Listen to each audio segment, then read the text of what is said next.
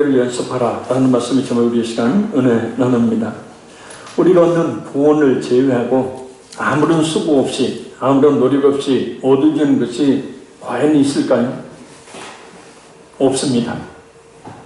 특히 많은 돈을 버는 이 운동 선수들을 보면 말 그대로 피와 땀, 눈물을 흘리는 훈련의 과정을 거치는 것을 볼 수 있습니다. 그런 과정을 거치지 않으면 아예 경기에 나설 수가 없습니다. 이런 생각을 해봅니다. 우리 그리스도인들이 그런 운동선수들의 훈련을 본받을 수만 있다면 정말 세상에 이기지 못할 믿음의 사람이 될 텐데 하는 그런 생각 말입니다. 오늘 본문은 그리스도인들 또한 바로 그런 훈련의 과정을 거쳐야 한다고 말씀합니다.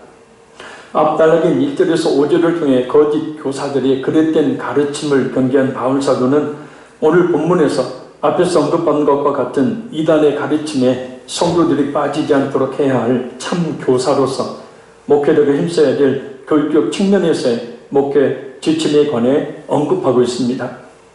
그래서 먼저 참 교사로서 목회자 자신이 먼저 주께로부터 선한 교훈을 받으며 경건에 이르기를 힘써야 한다라는 겁니다. 그는 구체적으로 경건이 무엇이고 그것을 위해 어떻게 힘써야 하는지, 그리고 그 경건이 우리 자신에게 어떤 의미로 실행되어야 하는지에 대해 살펴보며 은혜 나누기 원합니다. 우리 6절 말씀 같이 읽겠습니다. 내가 이것으로 형제를 깨우치면 그리스도 예수의 좋은 일꾼이 되어 믿음의 말씀과 네가 따르는 좋은 교훈으로 양육을 받으리라. 아멘. 자, 이 6절을 원어 번역을 그대로 하면 이런 뜻입니다. 네가 이런 것들을 형제들에게 가르치면, 네가 따르는 믿음의 말씀과 선한 가르침으로 교훈 훈련받아 너는 마시아의 예수야의 선한 사역자가 될 것이다. 여기서 형제들에게 깨우쳐야 될 것은 네가 이것으로, 곧 앞에서 우리가 살펴보았던 율법주의에 빠진 혼의를 금하거나 음식을 가려먹는 그런 금욕적인 생활을 말하는 것이 아니라 하나님께서 원하시고 기뻐하시는 참다운 금욕생활을 이야기합니다. 바로 로마서 13장 11절에서 14절 말씀을 의미합니다. 자, 우리 성경 찾습니다. 로마서 257페이지 제 성경은 거기에 펴두시기 바랍니다.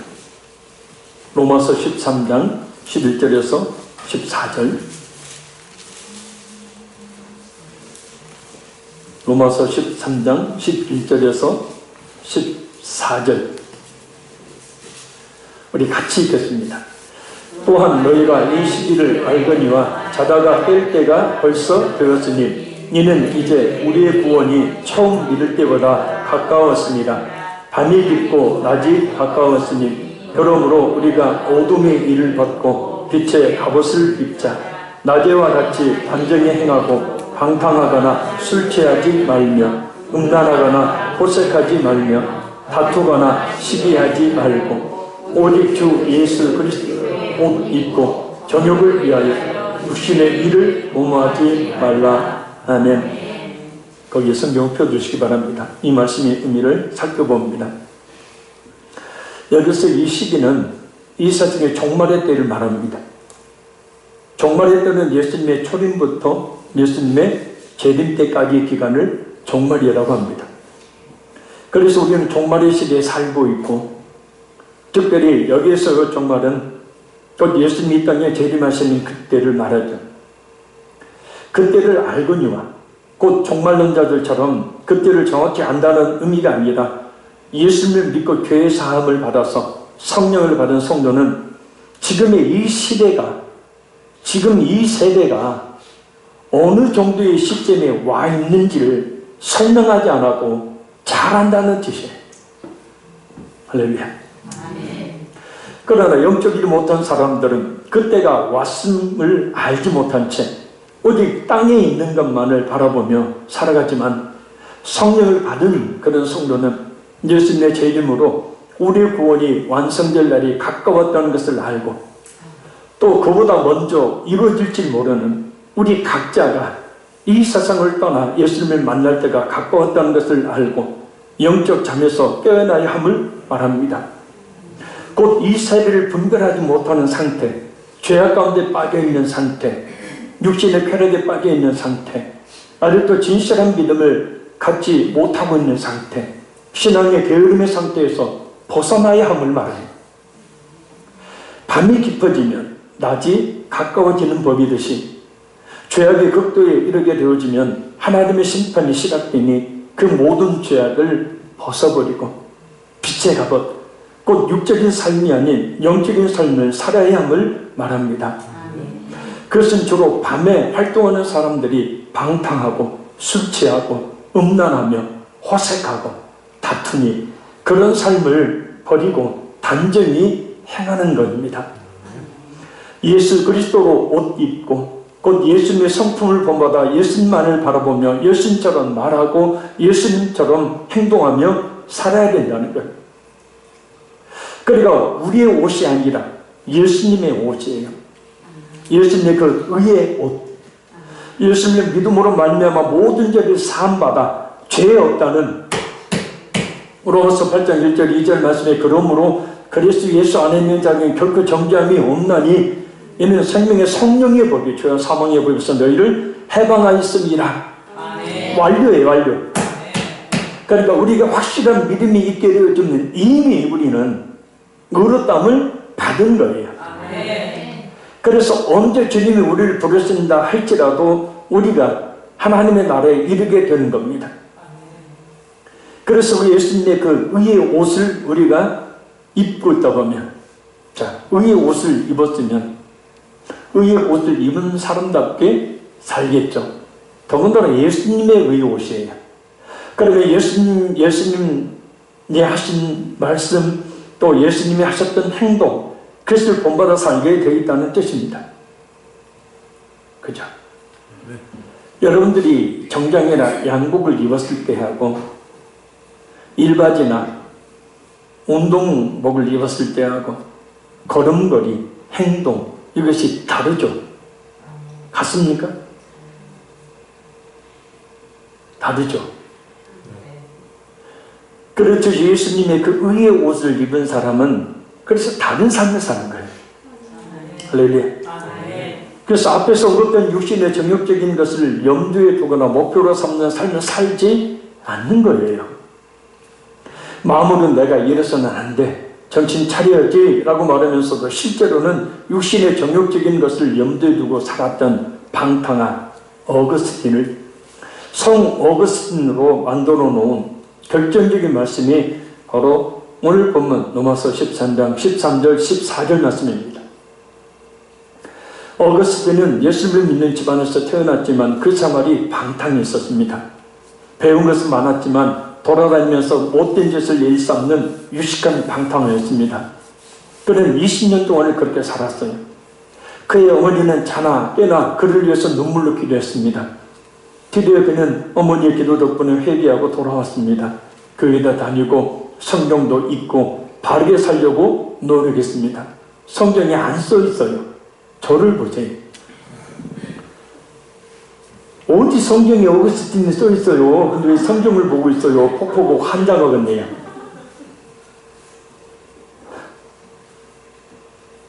웃자마는 얘기입니다. 그러나 수년 동안 과거의 잘못된 습관에 익숙해져 버린 정신 상태로 그런 삶 속에서 헤어나지는 못했어요. 교회도 나오고 성경도 읽고 예배도 드리는데 말입니다. 그는 고민했습니다. 고통스러웠습니다. 그때의 갈등을 그에게 줘서 고백록에 이렇게 고백하고 있습니다. 주님은 나의 낡은 옛사람에 속한 습관의 밧줄을 당장 끊어주시지 아니했습니다. 나는 내 속으로 지금 당장 끊어버려야지. 지금이야말로 이 줄을 버릴 때입니다. 라고 외쳤습니다.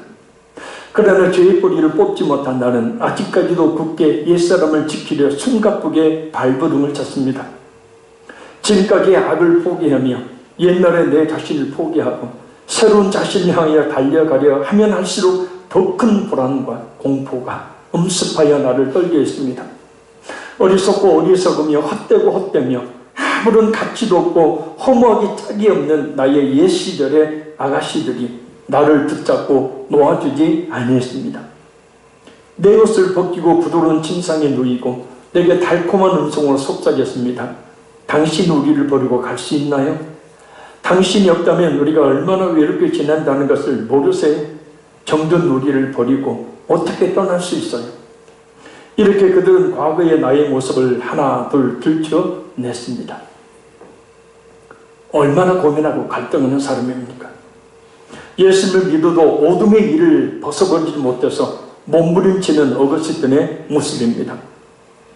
마치 예수를 믿어도 죄악 버리지 못한 채 몸부림치고 있는 오늘의 많은 기독교인들의 모습입니다.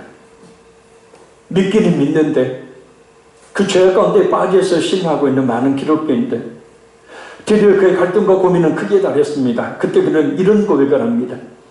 내 영혼 깊숙이 숨겨져 있는 내 인생의 비참함이 그대로 내 앞에 드러났고 강한 폭풍이 내 영혼을 흔들더니 내 눈에서는 눈물이 폭우처럼 쏟아지기 시작했습니다. 나는 통곡하고 싶었습니다. 홀로 조용히 통곡하고 싶었습니다. 그래서 내 친구 알리피우스 곁을 떠나 좀 더 허젓한 곳으로 갔고 그곳에서 아무 방해도 받지 않은 채 통곡했습니다.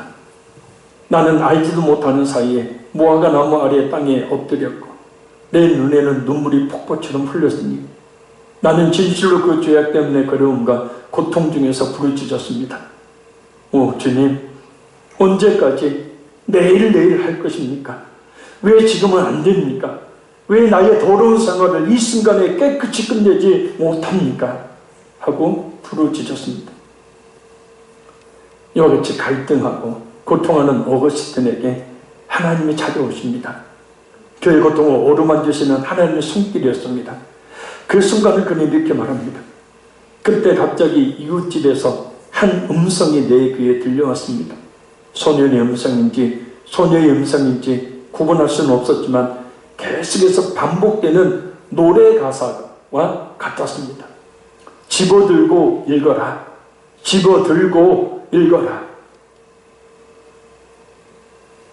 그 순간 나의 얼굴은 변했고 나는 그 노래가 어린아이들이 흔히 부르는 노래인가를 조심스럽게 생각해 보았습니다.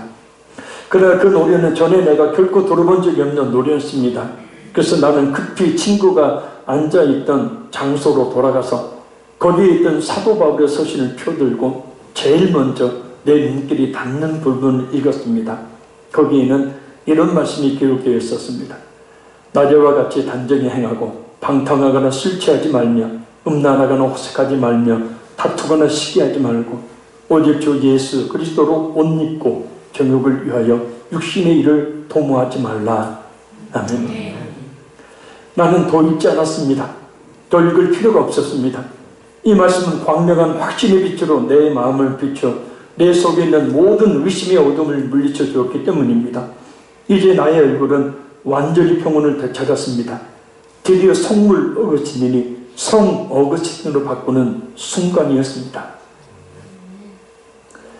결국 어거스틴은 그리스도 예수의 좋은 일꾼이 되었죠.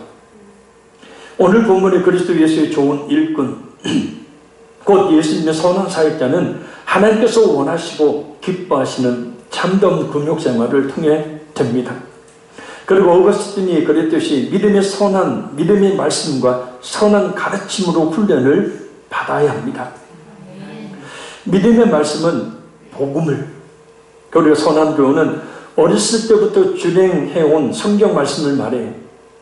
그래서 이 말씀을 따랐다는 것은 사람이나 혹은 사상과 어떤 일의 옆에 바짝 붙어 따라가는 것을 의미합니다. 그래서 복음과 하나님의 말씀에 따라 살아야 함을 이야기하는 겁니다. 사역자는, 직분자는 하나님의 말씀을 통해 성도들 양육하는 사람이지만 그 일을 성실히 감당하는 가운데 스스로 양육되어진다라는 거예요. 할렐루야. 왜 교육 관련된 자기가 연구해야 되잖아요. 교사가 돼가지고 아이들한테 가르치고 준비도 없이 합니까? 아니잖아요. 그러면 내가 먼저 양육이 되어지는 거예요. 그래서 교육자들뿐만 아니라 모든 직분자들은 이렇게 하나님께서 원하시고 기뻐하시는 참된 금욕생활을 하면서 예수님의 십자가의 피 묻은 복음과 하나님의 살아계신 말씀을 통해 훈련을 받아야 합니다. 다시 말씀드립니다. 금욕생활은 산속에 들어가서 수도원 들어가서 혼자 성경 읽고 기도하고 절대 주님이 원하시는 것이 아니, 물론 일시적인 것은 필요하죠. 신앙의 성장을 위해서. 근데 수도원 산속에 들어가서 기도하고 말씀 읽어요? 그건 성경에 말씀하고 있는 게 아니에요.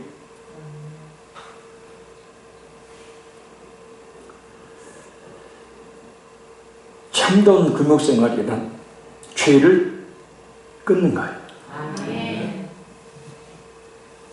그래서 주님이 원하시는 거룩한 모습으로 살아가는 것, 이것이 참다운 금욕이에요. 자기의 욕심, 욕정을 금하는 것이 얼마나 힘듭니까?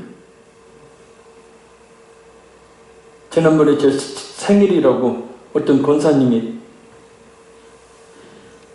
도미노 시든 피자 라지 사이즈 하나를 그 선물로 보냈습니다. 티켓으로. 그래서 어제 집사람하고 같이 배달을 하고 하니까 복잡하더라고. 왜 그렇게 주는가 몰라 그냥.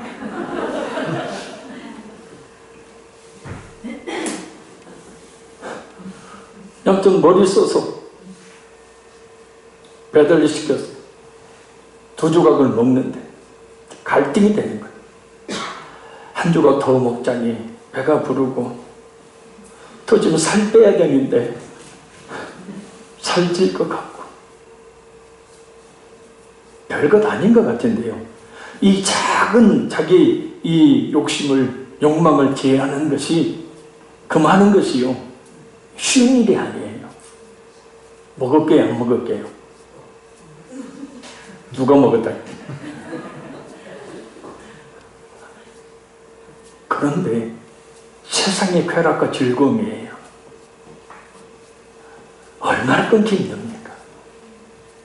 그래서 금욕생활이에요. 근데 어거스틴도 이야기했지만 아무리 그렇게 자기가 노력해서 끊어보려고 해도 그게 안 되는 거예요.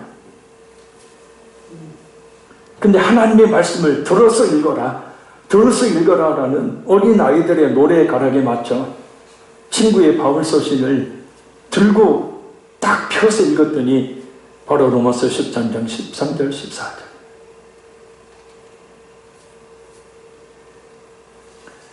주님 오시는 그날까지, 아니 우리가 주님 앞에 서는 그날까지 우리는 예수님의 십자가에 피 묻은 복음과 하나님의 살아계신 말씀을 통해 계속해서 훈련 받아야 합니다. 이것이 말세를 살아가는 우리 모두가 살아가야 될 영적 삶입니다. 오전에도 말씀드렸어요. 착각하지 마십시오. 교회만 그래 왔다 갔다 예배만 겨우 몇 번 드리고 구원받은 것으로 착각하지 말라고요. 구원받은 자는 반드시 자신이 성장하기 위해서 하나님의 말씀을 통해서 훈련을 받습니다. 변화됩니다. 예수님의 제자로 살게 되어 있습니다. 그래서 교회 안에 진정한 그리스도인들이 46%밖에 되지 않는다는 거예요.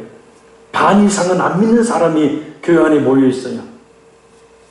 근데 다 믿는 것으로 착각하는 거예요.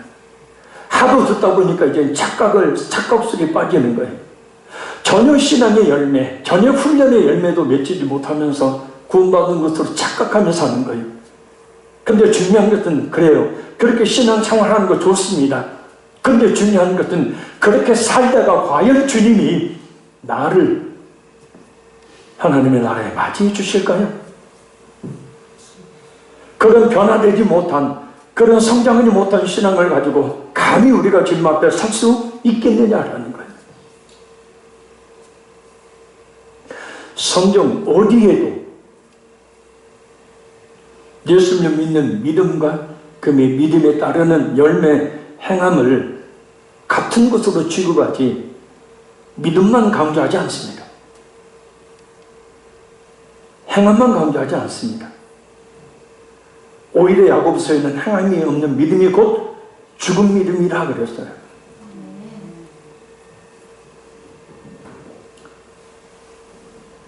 어떻게 살아야 될지, 어떻게 신앙생활을 해야 될지 이 시간에 다시 한번 깨닫는 우리 모두가 되기를 간절히 소원합니다. 우리 7절 읽겠습니다. 망령되고 허탄한 신화를 버리고 경건에 이르도록 내 자신을 연단하라. 아멘. 당시 철학자들은 나이든 여자들이 하는 이야기를 어린아이에게나 하는 맞는 이야기라고 비하했습니다. 불합리한 견해는 나이든 여자에게나 맞는 견해라고 조롱을 했어요. 아니 자기들도 어머니 뱃속에서 나왔으면서. 그래서 허탄한 신화라는 이 말은 이 NIV 영어 성경에 보면 Old Wives' Tales, 곧 직역하면 늙은 여자들의 말들이라는 뜻이에요. 이러한 관점은 고대 대부분의 여자가 문맹이라는 것을 전제하고 있습니다. 젊은 시절에 읽기를 배웠던 사람이라 해도 그 이후에 그것을 연습할 기회가 거의 없었기 때문입니다. 바울 사도는 이렇게 당시에 통용되던 비유적 표현을 그대로 채택해서 분별력이 없는 노망이 된 노파가 어린 아이들에게 허탄한 얘기를 들려주는 것과 같이 영지주의나 율법주의자들의 말을 버리고 두 가지를 따르라고 디모데에게 권면합니다. 그래서 여자분들 그 목사 안수 받는 것, 여자분들의 강단에서 설교하는 것, 바로 여자는 교회에서 잠잠하라 라는 고린도전서 말씀이 바로 이 배경이 있어요. 당시의 여성들은 거의 교육을 받지 못했어요. 그러니까 미안한 말로 무식했던 거예요. 근데 그 무식했던 사람들이 갑자기 은사가 임하니까 교회 안에서 제일 떠들고 말을 많이 했어요. 그래서 교회 안에서 잠잠하라고 했던 거예요. 근데 지금 아니잖아요. 시대가 바뀌었잖아요. 그죠? 그래서 유식한 그런 여자 성도들이 많잖아요. 그런 교육자들이 많잖아요. 저는 우리 교단은 반대하지만 여자분들도 목사 안수 줄 수도 있고 강단에서 얼마든지 설교할 수 있다라고 생각합니다.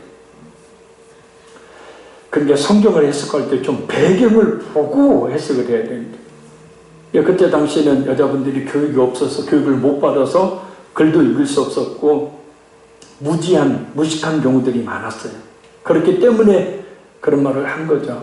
오늘 본문도 역시 마찬가지입니다. 자, 영지주의나 율법주의자들의 말, 그것은 늙은 노망이 된 노파가 어린 아이에게 허탄한 이야기를 들려주는 것과 같은 것이니 그것을 버리고 두 가지를 따르라. 첫째는 경건에 이르도록 힘쓰는 것입니다. 경건은 이 인간이 하나님을 향해 존경과 경외의 마음을 드리는 행위를 이야기하죠. 시편 2편 11절 여호와를 경외함으로 섬기고 떨며 즐거워할지어다.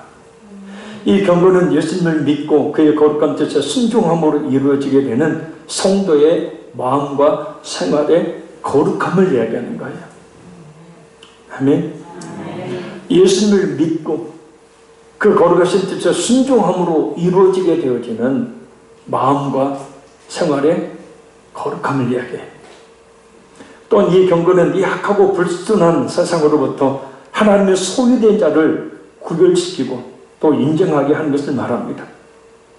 그래서 세상 사람들이 어떠하게 살든지 우리는 하나님을 두려워하고 그 하나님께 순종하는 마음, 생활의 거룩한 경건에 이르도록 힘써야 한다는 거예요. 가만히 있지 말고 그렇게 살도록 힘을 써야 한다는 거예요. 둘째는 자신을 연단하는 거예요. 오늘 번역을 하면 이런 뜻입니다. 경건해지도록 자신을 훈련하여라. 여기서 연습하라 라는 말은 발가벗고 연습하라 라는 뜻이에요. 연단이. 그래서 바울 사도가 특별히 헬라의 김나시아에서 운동선수들과 다른 사람들이 받던 육체적 훈련을 가리켜 한 말입니다. 그곳에서 남자들은 훈련을 위해서 발가벗습니다. 아마 그 부조 석상을 본 적 있을 겁니다. 온몸을 다 드러내놓은 채 운동하고 있는 남자들. 이런 이미지는 바울 사도의 이 서신을 읽는 헬라 독자들에게는 매우 익숙한 말이었습니다. 당시 체조장은 헬라화된 성읍 시민생활의 중심지였기 때문에 육체적 훈련의 이미지는 헬라, 로마 도덕론자들과 철학자들이 예를 들어 설명할 때 매우 흔하게 나오는 것이었어요. 그들과 마찬가지로 바울 사도는 육체적 훈련보다는 도덕적, 지적, 영적 훈련에 대해 말합니다. 물론 육체적 훈련에 반대하지는 않습니다. 운동선수들이 그렇게 발가벗은 채 오직 연습에 열중했던 것처럼 교육자들뿐만 아니라 직분자들이 자신을 그렇게 훈련하도록 힘써야 함을 말하는 거예요. 아멘. 그러니까 목사님 저 좀 훈련 좀 시켜주세요 해야 된다는 거예요. 훈련 좀 받으라 하면 저 바쁜데 시간이 없는데 저 같은 것이 할 수 있겠어요? 아니 나 같은 것도 했는데요.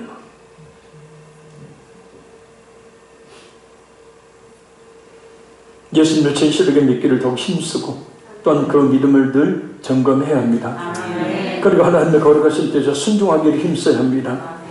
그로 말미암아 마음을 늘 거룩하게 하기를 힘써야 되고 삶 속에서도 거룩한 삶을 살기를 힘써야 합니다. 그래야 예수 믿는 사람답게 살 것 아닙니까? 하나님의 복은요 좀 제발 좀 제껴놓고, 예? 하나님의 복은 제발 제껴놓고 주께서 내게 원하시는 것이 뭐예요? 예수님처럼 사는 것 아니에요. 그 예수님의 제자로 사는 것 아니에요. 그렇게 살고 예수님의 의의 옷을 입고 세상으로 나가면 사람들이 나를 보고 예수님의 향기를 맡고 예수님의 냄새를 맡고 내가 굳이 예수님 믿어라 말하지 않아도 내 모습 보고 사람들이 교회에 나오는, 그게 진정한 전도 아니겠습니까? 어거스틴인지 누군지 정확히 지금 아우구스티누스인지 구분이 안 가는데 제자들한테 자 전도하러 가자 하고 제자들 데리고 시장으로 다 갑니다. 시장으로 가가지고 뺑 한 바퀴를 둘러. 그러고 나서 한 바퀴를 돌고 나서 가자 그래요. 제자들은 기대를 했어요. 우리 스승님이 어떻게 전도를 하는지, 또 전도를 하면 어떤 열매가 맺힐지 기대에 찬 마음을 가지고 스승을 졸졸 따라갔는데 스승은 왠지 시장 한 바퀴를 뺑 돌고 전도 끝났다 가자. 아니 전도한다면서요. 이미 우리는 전도했다라는 거예요. 뭐예요? 자신들의 모습을 보라는 거예요. 할렐루야. 세상 사람들과 얼굴이, 눈빛이, 표정이, 행동이, 자세가 다른 자신들의 모습이 이미 그리스도의 향기를 드러낸 것이라는 거예요.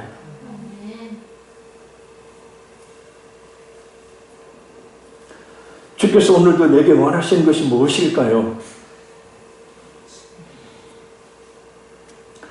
자, 그럼 왜 이렇게 영주주의나 율법주의자들, 곧 오늘의 이단 사상이나 비성경적 잘못된 신앙을 버리고 예수님을 진실하게 믿기를 더 힘쓰고 그 믿음을 늘 점검하며 또한 하나님의 거룩하신 뜻에 순종해서 마음과 삶을 거룩하게 되도록 운동선수처럼 부담 유시지 않고 훈련을 하고 또 받아야 하는가? 자, 우리 8절 읽겠습니다. 육체의 연단은 약간의 유익이 있으나 경건은 범사에 유익하니 금생과 내 약속이 있느니라. 아멘. 육체의 연단은 약간의 유익이 있다. 운동 경기에 나가거나 건강을 위해 운동하는 것은 이 세상에 있는 동안은 작은 유익이 돼요. 도움이 되는데, 그러나 아무리 열심히 일해도, 아니 열심히 운동을 해도 우리의 생명은 누구 거예요? 하나님 거예요. 요즘 목사님들 몇 분이 제 주위에서 소천을 하신 것을 보고 참 많이 깨닫습니다. 많이 도전을 받습니다. 나도 그리 멀지 않았는데 게으르게 목회를 하지 않았나 회개하며, 그래서 제자 훈련을 다시 또 시작하려고 하는 거예요. 그렇게 열심히 운동했던 분인데 결국 그 생명이 하나님 기다려요.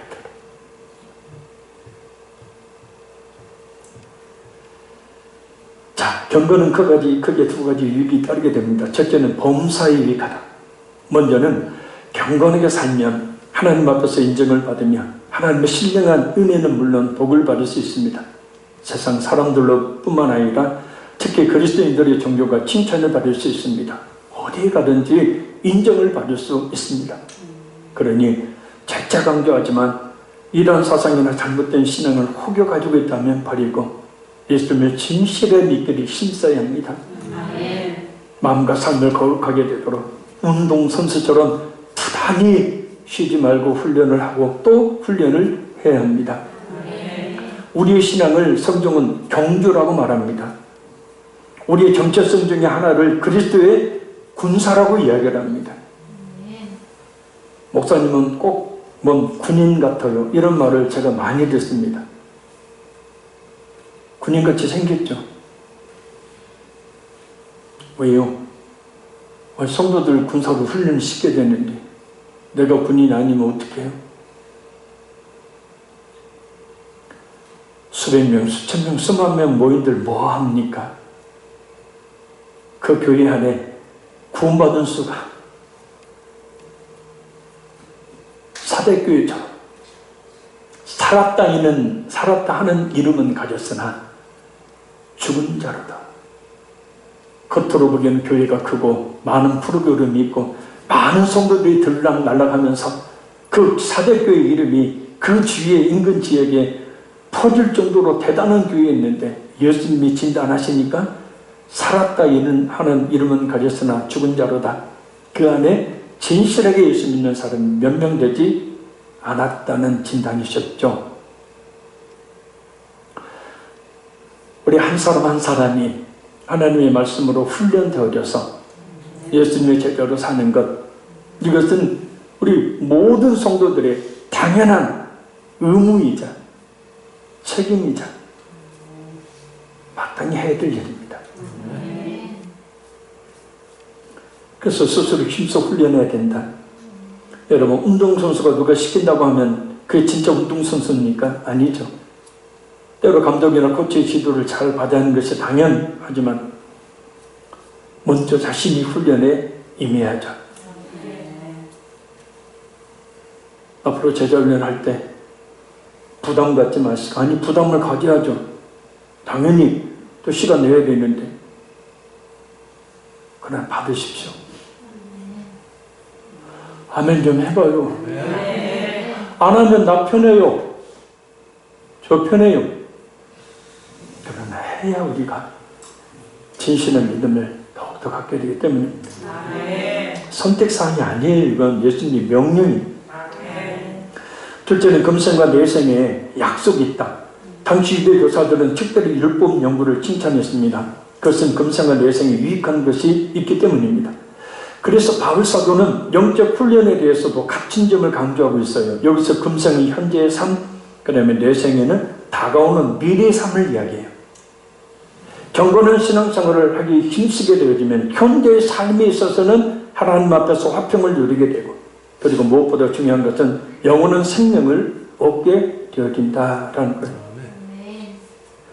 마가복음 10장 29절 30절입니다. 예수께서 이르시되 내가 진실로 너에게 이르노니 나와 복음을 위하여 집이나 형제나 자매나 어머니나 아버지나 자식이나 전토를 벌인 자는 현세에서 집과 형제와 자매와 어머니와 자식과 전토를 100배나 받되 박해를 겸하여 받고 내세의 영생을 받지 못할 자가 없느니라. 아멘. 신앙생활을 진짜 진실하게 바르게 하다 보면 가족과의 마찰이 생기게 된다는 거예요. 물질적인 문제가 생기게 된다는 거예요. 그래 그 모든 것을 다 이기고 확실한 예수님의 제자가 되어지면 금세와 내세에 100배의 복을 주신다. 훈련 받으면 또 가족들은 그렇게까지 교회 나가서 뭐 성경 공부해야 되냐, 훈련 받아야 되냐, 가만히 그 소리 듣고 생각해 보니까 이렇게까지 내가 신앙생활을 해야 되냐, 예, 그렇게 해야 되는 게 당연한 겁니다. 그래서 갈등이 있는 거예요. 전에 제자훈련 할 때 여집사님들 제가 굉장히 많이 뭐라 그랬죠. 훈련 받으러 나오면서 설거지하고 나왔냐고 물어보면 못했대요. 너무 바빠가지고. 집안 살림도 해야지, 제자훈련도 받아야 되지, 이건 막 눈꼭 뜰 데 없이 바쁘대. 그래서 아주 홍끄림을 냈죠. 그러려면 훈련 받지 말아야 돼. 그래서 예수 믿는 사람은 두 집 살림하니까 항상 뭐 해야 된다고요? 부지런해야 한다고요. 성격상 게으른 사람은 절대 예수 믿는 제대로 믿을 수가 없어요. 성경의 인물들 보세요. 한 성질하는 사람들이 진짜 하나님께 쓰임받잖아요. 대답을 해봐요. 뜻뜻 미지근한 사람이 하나님께 쓰임받은 예가 있어요? 없어요. 다 하나같이 한 성질하는 사람들이. 자, 따라합니다. 그 성질을 훈련 받는 데 쓰자. 그 성질 괜히 가지고 집에 가서 남편한테 부리지 말고 애들한테 부리지 말고 다른 사람들한테 짜증내지 말고 그 성질머리 좀 하나님의 말씀 배우는데 좀 한 번 한다면서요. 그러니까 한 번 훈련 받으면 끝까지 받아야 되는 게 성질머리 제대로 쓰는 거 아니에요. 그랬더니 울고불고 난리가 났었죠. 저는 못하겠어요. 더 이상 훈련 못 받겠습니다. 힘들어요. 안 받으려면 말아요. 그렇게 안 했죠. 마음이 너무 약해서 그래도 받아야 된다.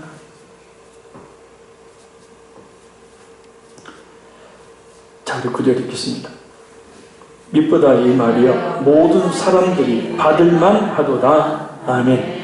원어를 그대로 직역하면 이 말은 신실하니 모든 사람이 받아들이기에 합당하다. 교역자는 물론 모든 직분자들이, 모든 성도들이 마땅히 순종해야 될 말씀이라는 뜻이에요. 그럼 어떻게 그렇게 할 수 있을까? 당시 운동선수들이 발가벗고 운동했던 이유가 있습니다. 크게 두 가지라고 해요. 하나는 운동할 때 거칠 것이 없어야 하기 때문이에요. 우리의 경건의 생활은 우리의 삶의 가장 중요한 위치, 가장 우선순위에 두어야 합니다. 그 어느 것도 우리의 경건 생활에 거추장스러운 방해거리가 되지 않도록 해야 합니다. 둘째, 운동을 하면서 자신의 몸과 자세를 보기 위해서라는 거예요. 요즘 헬스클럽에 가면 사면에 다 유리를 설치해 놓았죠. 이유가 뭡니까? 몸을 보라는 거죠. 자세를 보라는 거죠. 그 자신의 경건 생활의 부족함이 무엇인지를 보면서 끊임없이 우리 자신만을 쳐다보며 경건에 힘쓰라는 거예요. 운동 못하는 사람들의 특징이 뭐예요? 헬스클럽에 가면 꼭 다른 사람의 몸매를 쳐다봐요. 이야, 신앙생활도 마찬가지예요. 진짜 신앙생활 못하는 사람들만 꼭 다른 사람만 봐요. 자기나 제대로 보지.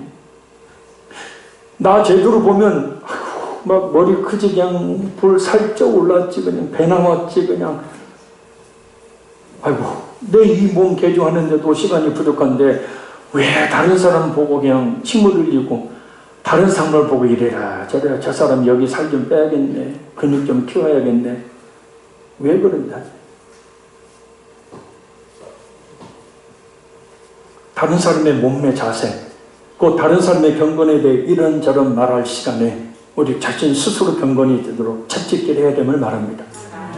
경건 생활에 대한 바울사도의 권면은 우리 모두를 향한 말씀이니 꼭 순종해서 하나님께 복받고 사람 제대로 정도가 칭찬을 받는 진짜 그리스도인 되기를 간절히 소원합니다. 우리 마지막 10절 읽겠습니다. 이를 위하여 우리가 수고하고 힘쓰는 것은 우리의 소망을 살아계신 하나님께 주님이 곧 모든 사람 특히 믿는 자들의 부르시라. 아멘. 이를 위하여라는 말은 8절에 경건을 위하여라는 의미입니다. 우리가 경건을 위하여 수고하고 힘쓰는 것은 우리 소망을 살아계신 하나님 믿는 성도들의 구원자가 되신 하나님께 주기 때문이라는 거예요. 소망이 하나님께 있는 성도는 오늘을 인내합니다. 경건에 힘씁니다. 어떤 고뇌가 어려움 속에서도 견뎌냅니다. 그 인생의 목표를 이 세상이 아닌 구원의 하나님께 두기 때문에 특히 힘쓰는 것이라는 말에 의미를 주목해야 합니다. 이 말은 능력을 받다라는 뜻이에요. 이 말은 단순히 수고를 의미하는 말이 아니라 성도가 세상에서 당하는 박해와 고난을 참고 인내하는 이유를 이야기하는 거예요. 왜냐? 하나님께 소망을 두고 사는 사람들에게 특히 경건의 삶을 살기를 힘쓰는 사람들에게 이러한 박해와 고난이 따르기 때문입니다. 왜요? 삶의 방식이 다르잖아요. 그러니 믿지 않는 가족들이, 믿지 않는 사람들이 좋아할 리가 없는 거예요. 그래서 그런 능력을 받을 만한 조롱들 하게 되는 거죠. 야, 나는 맨날 교회만 가냐? 뭐 교회 가니까 뭐 하나님의 복주대? 또 그 말 듣고 생각해 보니까 갑자기 막 눈물이 나요. 내가 이렇게 열심히 신앙생활하고 내가 이렇게 기도하는데 도대체 하나님은 저 안 믿는 저것보다도, 저 사람보다도 더 못 살고 있으니. 자, 이것이 바로 뭐냐면 세상 기준으로 바라보는 인생관이에요. 그러니까 우리 예수 믿는 성도들의 인생관은 뭐예요? 오직 주님의 뜻에 순종하는 거예요. 아멘. 경건한 삶을 살기를 힘쓰는 거예요. 아멘. 믿지 않는 사람들이 잘 되든 어떻게 되든 중요한 것은 누구 몸과 자세를 보라고요? 내 몸과 자세, 내 신앙의 자세를 봐야 한다. 아멘.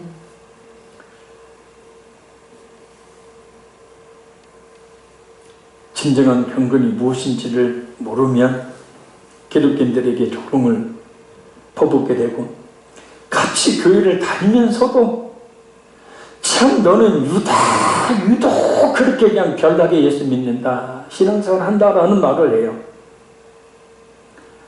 그게 정상인데. 예수님께 미친 게 정상이에요. 그게 적당한 신앙생활이라는 성경 말하지 않고 있어요. 예수님께서도 계시록 선장에 뜨뜻 미지근하거든 내가 내 입에서 토하여 버리리라. 네가 뜨겁든지 차든지 하라 그래요. 중흥의 신앙이요? 적당한 신앙생활이요? 아이고 우리 합평교회 와서 적당하게 그냥 신앙생활 해야지. 그 예수님이 제일 싫어하는 거 따라합니다. 이왕 신앙생활 할 거, 유난을 좀 떨며 하자. 예수님께 좀 미쳐보자. 도저히 미치는 사람들 이야기가 아닌 거예요. 다시 한번 예수님께 한번 미쳐보자.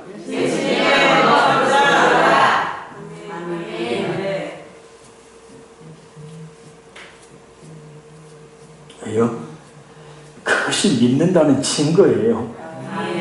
우리 구원자 되시는 예수님을 믿는 믿음으로 영원한 생명을 얻는 참된 열매예요. 그게 말씀을 했습니다. 예수님의 선한 사역자는 하나님께서 원하시고 기뻐하시는 참다운 금욕생활, 곧 경건에 힘쓰게 됩니다. 경건생활을 힘쓰게 되면 현재의 삶에 있어서는 하나님으로부터 은혜와 축복을 받고 또 영원한 생명을 얻습니다. 세상 사람들뿐만 아니라 그리스도인들이 존경과 칭찬을 받게 됩니다. 이단 사상과 잘못된 신앙을 혹여 가지고 있다면 버리고 예수님을 진실하게 믿기를 더욱더 힘써야 합니다.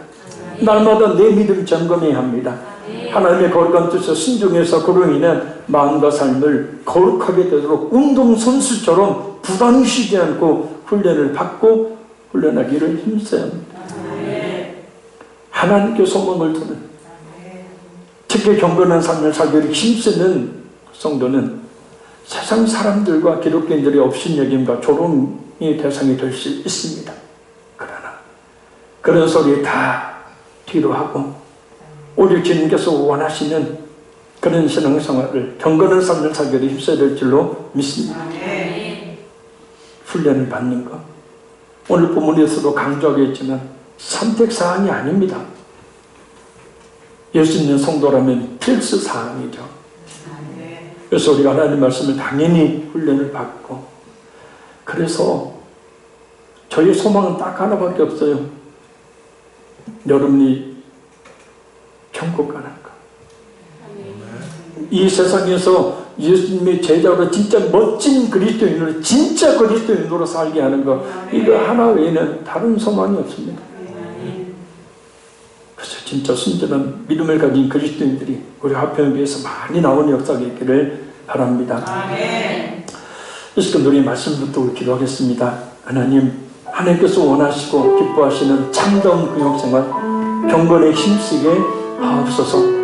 진실하게 믿기를 힘쓰고 믿음을 날마다 점검하고 하나님의 거룩한 뜻에 순종하기를 운동선수들처럼 부담이 쉬지 않고 훈련받고 또 스스로 훈련하게 도와주셔서 어떤 조롱과 어려움이 있다 할지라도 진정 예수님의 제자로 확실히 예수님이 살아계신 하나님이심을 구원자이심을 드러내는 예수님의 제자로 살 수 있도록 도와주시라.